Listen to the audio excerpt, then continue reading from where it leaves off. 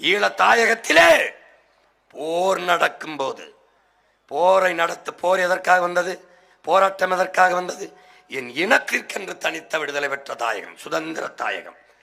அங்கே நடக்கிற போது நல்ல தமிழ் தகப்பனுக்கும் தமிழ் தாய்க்கும் பிறந்த மான தமிழச்சி மார்லே பால் குடித்த ஒரு மகனிடத்திலே இந்த மண்ணின் அதிகாரம் இருந்திருந்தால் போரை நடத்தி என் இனத்தை வீழ்த்தியிருக்க முடியுமா என்பதை அறிவு சமூகம் சிந்தித்துப்பார். இந்திய அதிகாரம் கொண்டது, திராவிட அதிகாரம் துணை நின்றது.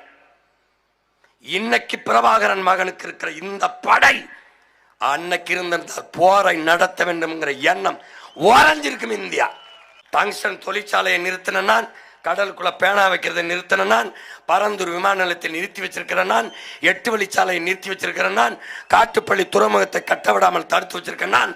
போரை தடுத்து நிறுத்திருக்க முடியாதா? அன்னைக்கு இந்த படை இருந்திருந்தால்